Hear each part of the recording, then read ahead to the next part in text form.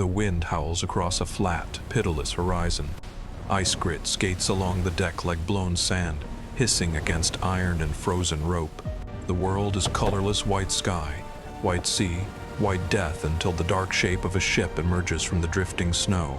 She sits locked in place, her hull clenched by the pressure of the pack, as if the ocean itself has decided she will never move again.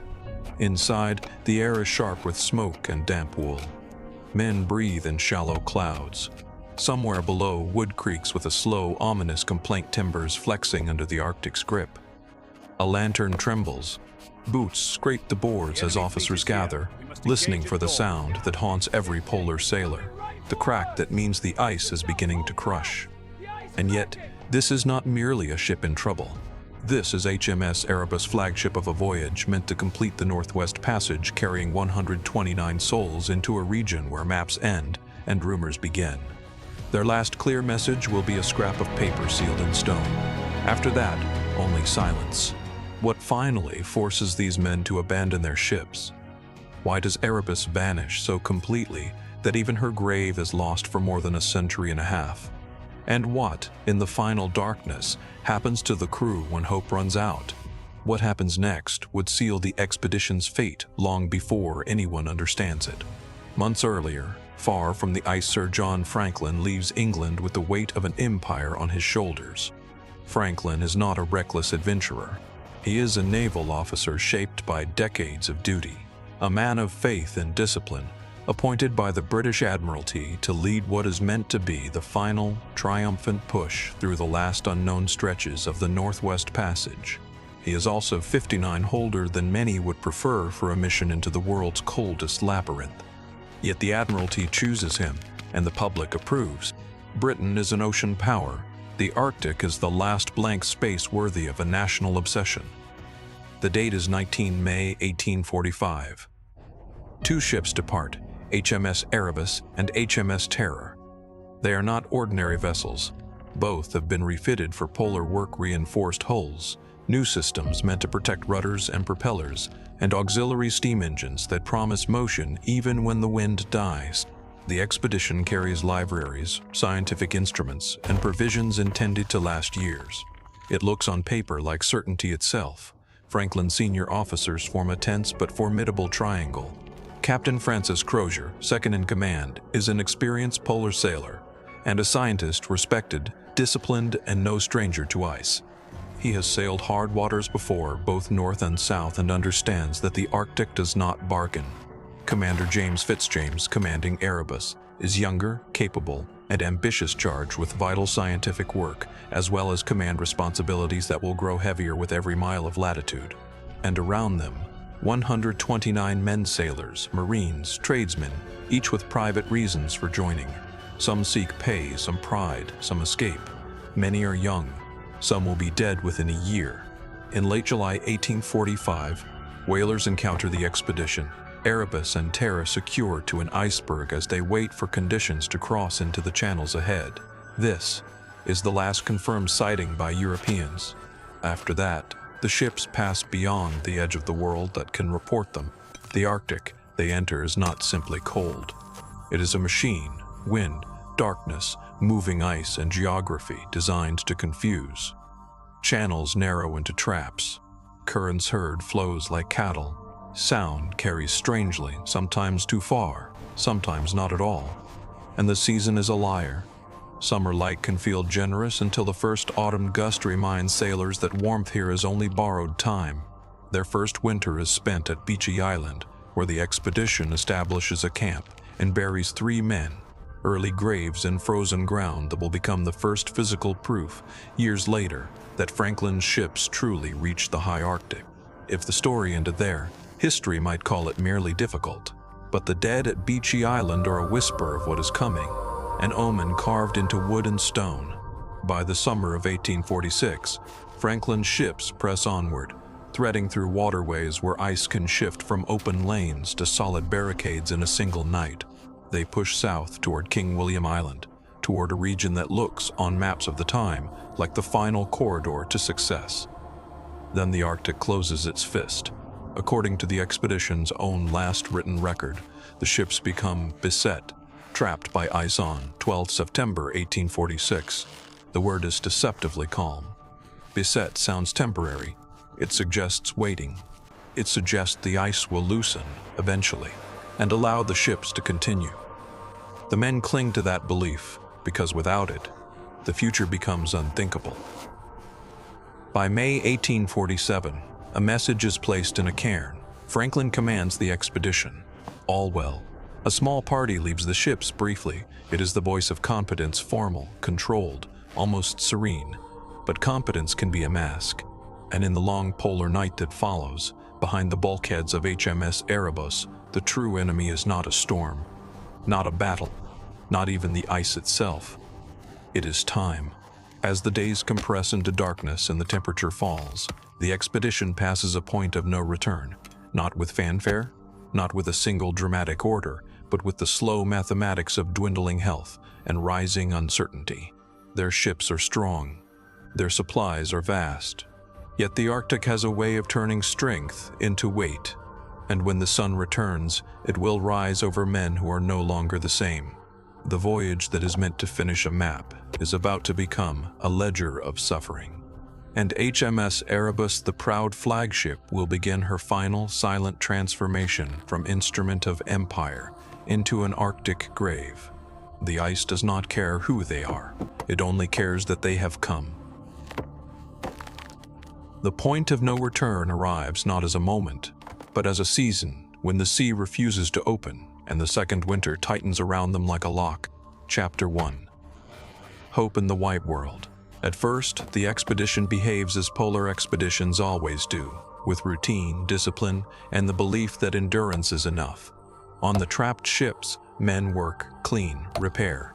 Officers maintain schedules. There are meals, watches, observations. The ships are small floating societies built on rank and procedure designed to keep panic from spreading. In the beginning, the ice feels like an obstacle, not a verdict. The Arctic even offers moments of deceptive beauty. Pale sunrise bleeding into a sky of thin gold. The distant crackle of shifting floes. The eerie stillness that can make a man believe he is safe because nothing moves. But the worst is yet to come. Chapter 2. First signs of trouble. The first troubles are quiet ones, a cough that does not go away, gums that bleed, old wounds that refuse to heal. The body, deprived of fresh food and strained by cold, begins to betray its owner. Men grow thinner. Their faces sharpen, their eyes sink back into shadow. Even inside the ships, damp seeps into everything. Wool never fully dries. Breath freezes on beams, ink thickens, metal burns the skin when touched. The crew learns to fear small inconveniences, because in the Arctic, small inconveniences accumulate until they become fatal. And then there is the ice itself. It groans and shifts around the hull, a living pressure. Sometimes, late at night, the entire ship shudders, as if something massive has leaned its weight against the planks. Men wake in terror, listening for the splintering crack that means the ship is being crushed. Yet the ice does not crush them quickly. It holds them month after month, turning delay into destiny.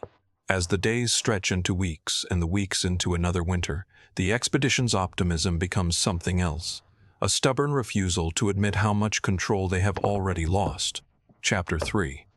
The situation worsens by the time the second winter deepens. The Arctic has stripped away the illusion that technology can command nature. The ship's steam engines and reinforcements, so impressive in dockyards, cannot compel ice to open. Provisions, though abundant, are not infinite in quality. Canned food meant to preserve life becomes monotonous, then suspicious, then dreaded. Men begin to associate meals with nausea, weakness, and a creeping sense that something inside the supplies is wrong. Hunger is not always immediate. Sometimes it arrives as a constant, gnawing dissatisfaction, the body asking for what the ship cannot provide. The craving for fresh meat, for plants, for anything living, becomes an obsession. When hunting succeeds, morale rises briefly, almost wildly. But success is never dependable, and the cold taxes every excursion beyond the ship. The darkness returns. So does the crushing isolation. And then 11, June 1847, a death that changes everything. According to the only surviving written record left by the expedition, Sir John Franklin dies on that date. No diary survives to explain how. No last speech remains. History receives his end as a single line of ink, written later by men who are themselves unraveling. A commander's death at sea is always destabilizing. Here, in the ice, it is catastrophic, because Franklin's authority is more than rank. It is the story the expedition tells itself, that a knight of the realm, chosen by the Admiralty, is guiding them toward eventual triumph. When Franklin dies, that story fractures, and now command rests with Crozier, a man capable, seasoned, and respected, yet burdened by the knowledge that experience does not guarantee rescue. But the worst is yet to come. Chapter 4. Internal conflicts emerge. A trapped expedition becomes a pressure vessel. Officers argue, quietly at first, then more openly over decisions that cannot be tested until it is too late. Some cling to the belief that the ships will break free with the next season. Others, staring at the ice horizon, begin to suspect that waiting is merely a slower form of dying. Crozier must balance discipline with dwindling strength. He must enforce order while men weaken physically and mentally. He must also carry the silent arithmetic of the situation. Each passing week consumes food, fuel, health, and hope. And among the crew, the hierarchy that once felt natural begins to chafe. In normal seas, a sailor can endure hardship because motion implies progress. Here, there is no progress, only confinement. Quarters feel smaller. Tempers flare faster. Rumors move like drafts through corridors. Talk of sick officers, of failing stores, of men collapsing on duty. The ship itself becomes a character in their suffering. HMS Erebus, built for war and exploration, now becomes a freezing chamber where condensation slicks the wood, where the smell of bodies and smoke saturates the air, where every cough is amplified by low ceilings. The men learn the sound of one another's misery, micro cliffhanger, and then, in the spring, the expedition makes a decision that cannot be reversed. Chapter 5. Crisis Point. The breaking moment. The record they leave behind, found years later, captures the breaking moment with brutal simplicity. On 25 April 1848, Crozier and Fitzjames write that HMS Terror and HMS Erebus are deserted on 22 April, after being beset since September 1846. They state that the officers and crews, 105 souls, have landed near the cairn, already reduced by deaths, 9 officers and 15 men gone. Franklin dead, 24 dead in total. And then the most haunting line of all. They plan to begin on 26 April for Back's Fish River, a desperate overland march toward the Canadian mainland. It is a plan that reveals both courage and desperation. The distance is vast. The terrain is hostile. The men are weakened. Yet staying means waiting for a rescue that may never come. So they choose motion. The day they abandon ship, the air is razor cold. Snow squeaks underfoot with the sound of dry bone. Men haul sledges loaded with boats and supplies, strange caravans crossing a world of ice. Behind them, the ships remain dark silhouettes against the white, masts like skeletal fingers pointing nowhere. As the party moves away, HMS Erebus and HMS Terror become, for the first time, truly alone. But the worst is yet to come. Chapter 6. Desperate decisions and moral dilemmas. The march south is where the expedition ceases to be a naval voyage and becomes a survival ordeal. The men are not traveling light. They drag boats and gear across ice and land, because they must, because water routes may open, because supplies are life, because they cannot gamble everything on a single method of escape. Yet each pound becomes a punishment. Cold does not merely chill them, it steals time from their hands. Fingers stiffen until knots cannot be tied. Skin cracks. Feet swell in boots that never fully dry. Every stop risks frostbite.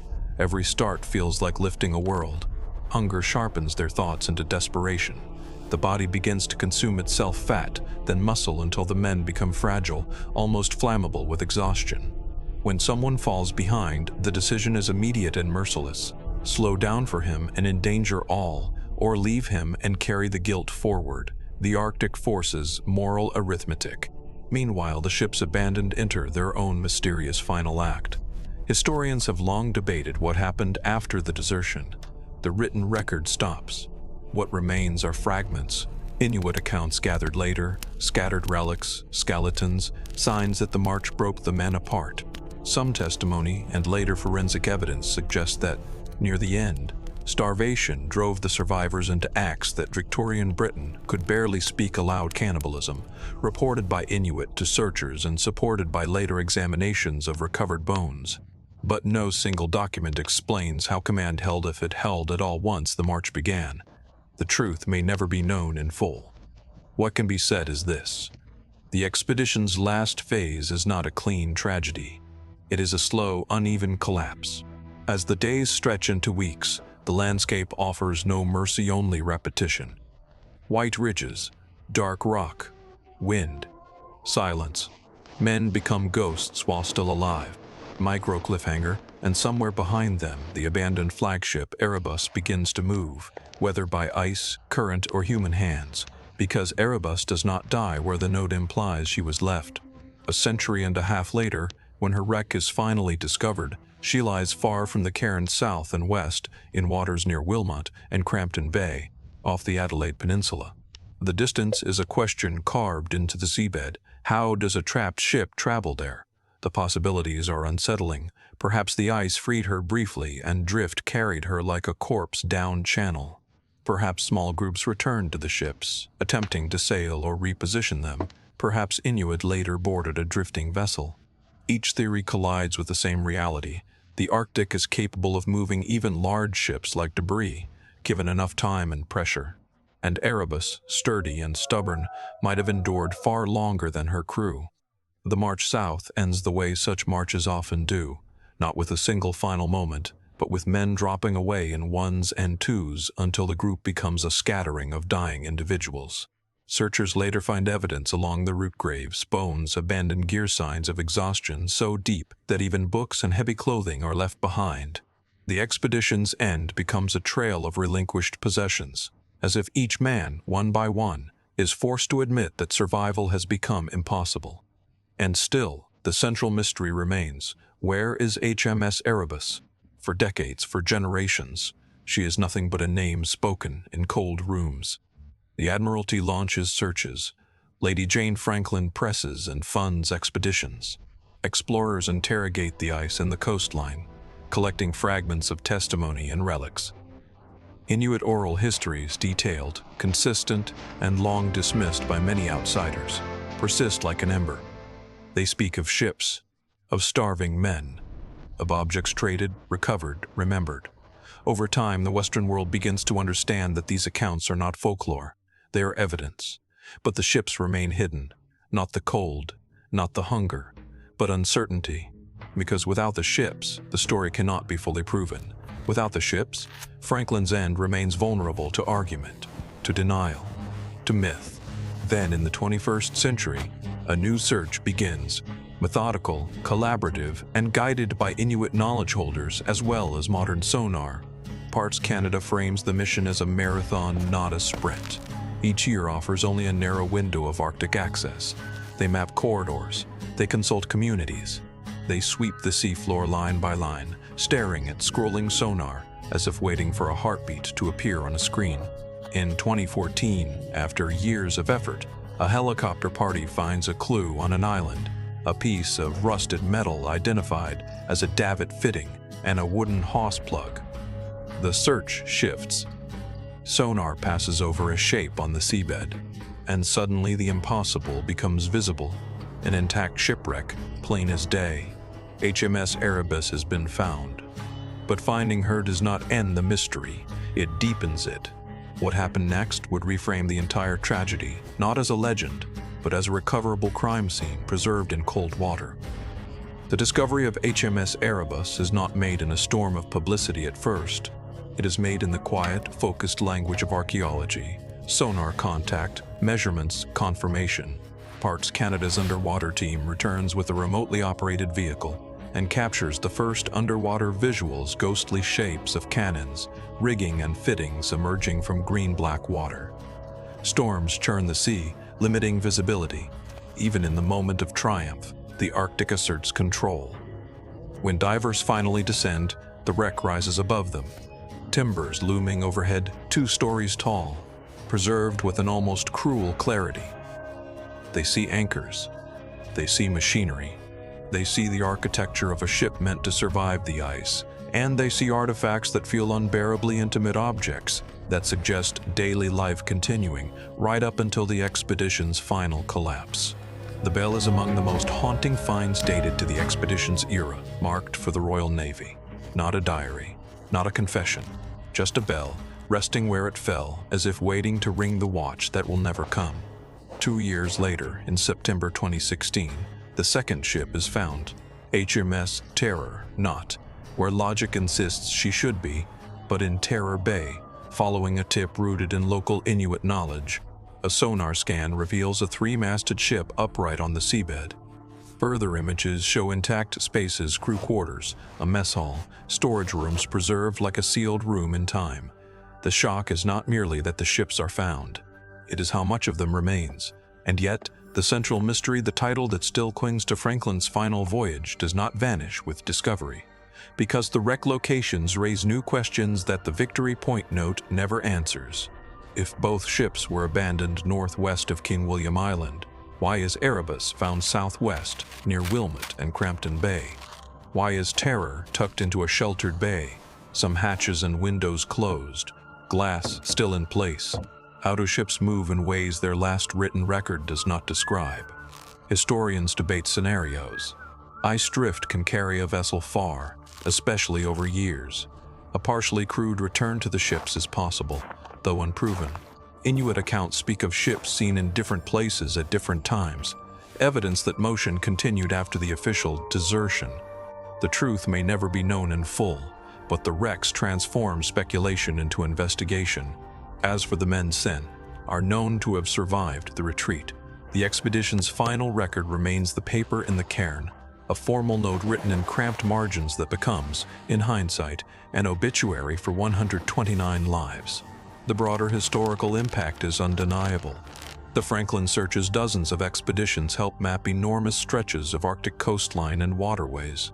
The tragedy becomes a cultural obsession, shaping how Victorian Britain imagines heroism and endurance, and how it resists uncomfortable truths, especially when Inuit testimony clashes with imperial pride. In the end, Erebus is both found and still lost. Found as wood and iron. Lost as explanation. Because even with sonar, even with diving suits and cameras, the ship does not speak. She offers only mute evidence: where she lies, what she carried, what was left behind, and what was never recovered. And above her, the Arctic continues, wind over water, ice returning with the seasons, guarding the silence that swallowed Franklin's men. Sir John Franklin's death, recorded as 11 June 1847, becomes the hinge on which the expedition turns, from ambition to escape. Crozier and Fitzjames' names, once printed in Admiralty Confidence, are last heard through the Victory Point note, dated 25 April 1848, announcing abandonment and a final march toward Back's Fish River. After that, their voices vanish into the same Arctic wind that stripped the paint from their ships. For generations, the world argues about what happened until the wrecks are finally located. HMS Erebus in 2014, HMS Terror in 2016. Discoveries made possible through persistence, technology, and Inuit knowledge carefully carried across time. The ships are now protected as a national historic site, and their artifacts are conserved and studied, returning fragments of identity to men long reduced to rumor. And still the mystery endures, because the Arctic does not yield the past all at once. It releases it in pieces: cannon, anchors, a bell, a sealed cabin. Each object, a sentence in a story that will never be fully recovered. Perhaps that is Franklin's final lesson, that human endurance can be extraordinary, but it is never absolute. There are places on Earth where courage is not enough, where the ice does not hate, does not pity, and does not remember, even as it preserves. The wind howls across a flat, pitiless horizon, and the dark shape of a ship remains locked in the white waiting. If you found this story compelling, there are many more forgotten tales of survival and tragedy waiting to be told.